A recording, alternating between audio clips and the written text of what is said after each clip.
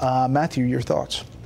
Well, it's never a good day for a politician when you're confronted with the yearbook photo and the Washington, D.C. community in your state is trying to figure out whether you were the one in blackface or the one under the Klan hood. This is a terrible end of a week for Northam, a week that didn't start well either with his comments on it used to be defending partial birth abortion, but Northam seemed to be defending in that radio interview post-birth abortion, otherwise known as infanticide. This is a political career in a death spiral. Leslie, think he steps down? I'm not sure if he will, and honestly, I come from a state that, we're known for our recalls, when we put a movie star in the governor's mansion, and I really think the people need to decide. I don't care if this person's a Democrat or Republican. This is highly offensive. Like you said, he's talking about, he admits he was either in a KKK hood or in blackface. Is there one that's worse than the other for the governor?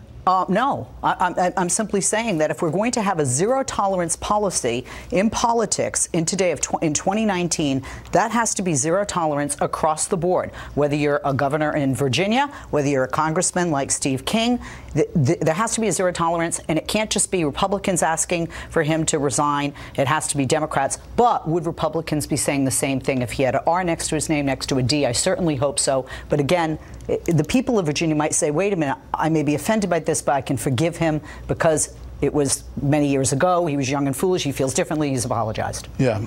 All I know is that the coverage of this would be a lot different if it was in a different prism. If it was a Republican governor, I think it might be leading a lot of the newscasts that it's not leading currently.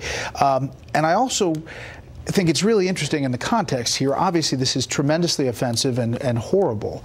But the earlier comments about what many considered infanticide, about keeping a baby comfortable outside the womb and then making a decision whether to move forward with killing that baby, didn't get a lot of coverage comparative to this, which is getting an outroar. Well, I think we should, we should just be forthright here, and he should resign. I mean, it doesn't matter if you're a Republican, it doesn't matter if you're a Democrat. There's no excuse for this picture, which did not take place in the 1950s or 60s. This was in 1984. This wasn't in high school. This was in a medical school yearbook, and there was a wonderful young man who's about 40 years old named Justin Fairfax, who's the Lieutenant Governor of Virginia, a young African-American man who I might add, who I think could gracefully take over right away and lead Virginia in a much better place than the governor has. And I think that many people, no matter where you stand on abortion, are pretty shocked and appalled when you talk about things about third trimester abortion, when you talk about potentially babies that could be born and could live full human lives,